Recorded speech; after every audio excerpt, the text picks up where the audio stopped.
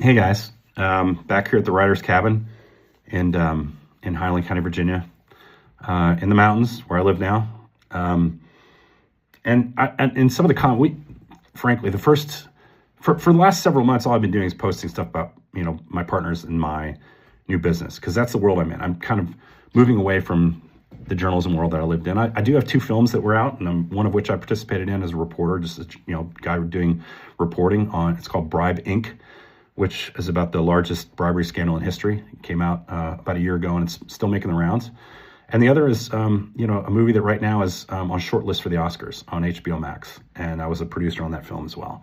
So I'm still doing this kind of work, but trying not to, honestly. I did 30 years of war journalism, 30 years, and it takes its toll. And a lot of you have asked why I'm still, why am I not still in the business like I was when I was a producer at 60 Minutes and running around the world to, dozens and dozens of countries telling stories and covering wars and all that stuff. And the truth is that it wears you out. I'm exhausted from it. My body's broken.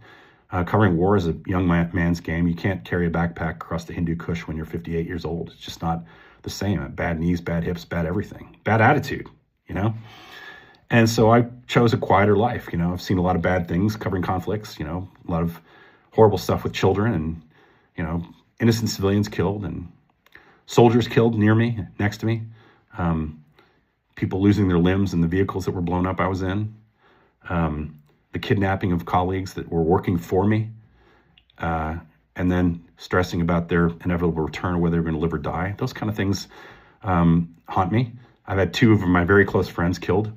One was a guy named Chris Hondros, who they made a movie about called Hondros. He was my roommate, and he was killed in Libya, in Misrata, along next to another famous journalist.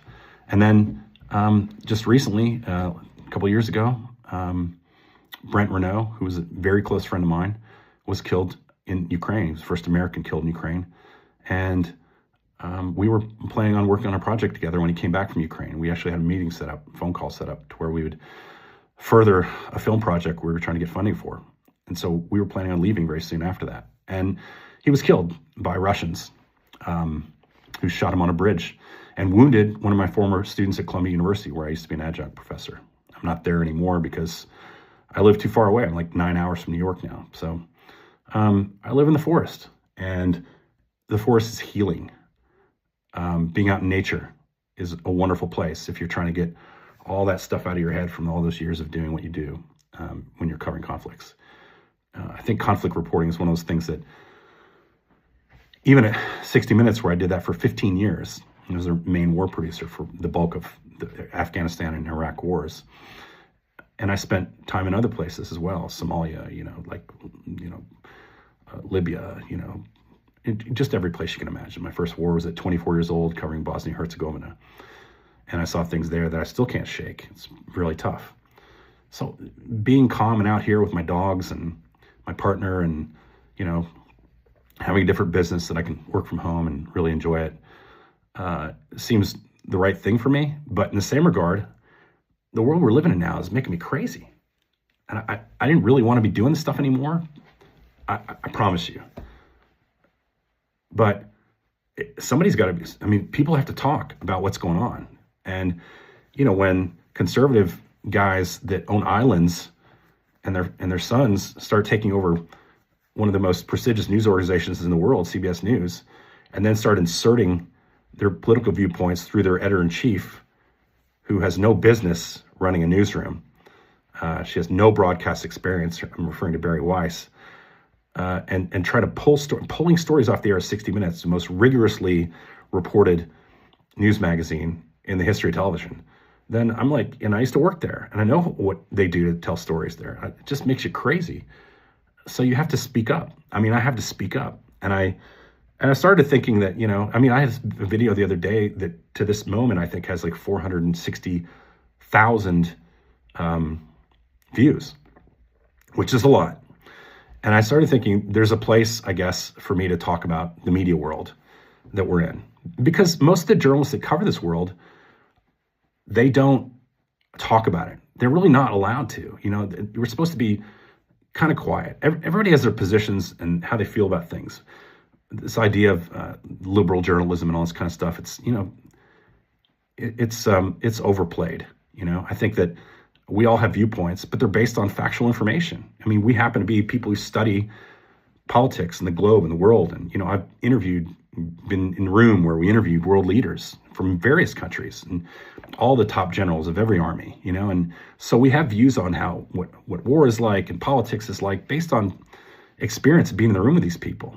So when you claim that we're all, libtards and all that kind of stuff, it's kind of stupid, really, frankly. I'm kind of a moderate, middle of the road kind of guy. And I just have positions on things. I don't like hypocrites and liars. That's my thing. Hypocrites and liars. And I don't care what their party is, frankly. If they're a hypocrite and a liar, the media should have a responsibility to put their spotlight on them. That's what we do. And most journalists don't have political affiliations. It's kind of, a lot of them just don't at all, don't even have party affiliations, don't vote because they don't want to be asked later, who did you vote for? Who are you supporting? Really, you're supposed to be supporting democracy. And I think that that's an important thing to think about. Some journalists may think otherwise. They think, we all have a right to vote. And, yeah, and maybe that's true. But when I was a, really active journalist, especially at 60 Minutes, I don't want somebody coming up and saying, well, who did you vote for? Did you vote for me? It's like, no, I voted to tell the truth and to report on stories. And that's what I'm there for. And to give up the right to vote, yeah, that's fine, because I've got, more influence by shedding light on things that are happening in both political parties when you're running for election. And to me, that's a privilege. So anyways, why did I start doing this again a little bit? I just felt there was a need and a gap, and other reporters aren't going to talk about this stuff when they're active, they just can't. They could write stories about it, but they can't really be frank about it. They can't say, I know what goes on behind the doors at 60 Minutes and this is bullshit. They can't say that because they're in the middle of it. They'd probably be fired if they did. Sort of ethics requires them to not take political positions on things. And now I'm not really in the business. I can take whatever fucking position I want. So I like that. It gives me a little bit of, I can speak truth to power in a way that's unadulterated. I don't know if this is going to go anywhere or not. I don't really care. If it doesn't, it's fine with me. I've got this business up here. I have a cabin business, frankly. My partner and I have 10 cabins up in the mountains, and it's peaceful.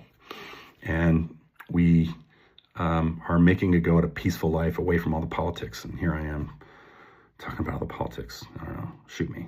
But yeah, I think it's going to be an occasional thing where I'll comment about things and why we do what we do, and whether something was right or wrong, decisions that were made were smart or not. And maybe you'll follow along with me. Tell me what your thoughts are in the comments. I really appreciate the comments. And if you think I'm full of shit, that's fine too. To be in this business, you have to have super thick skin. I have pretty thick skin. It'd be great if you came at me with facts, facts that you support your argument with. But if you're just throwing out there stupid shit like, oh, you've got Trump derangement syndrome, blah, blah, blah.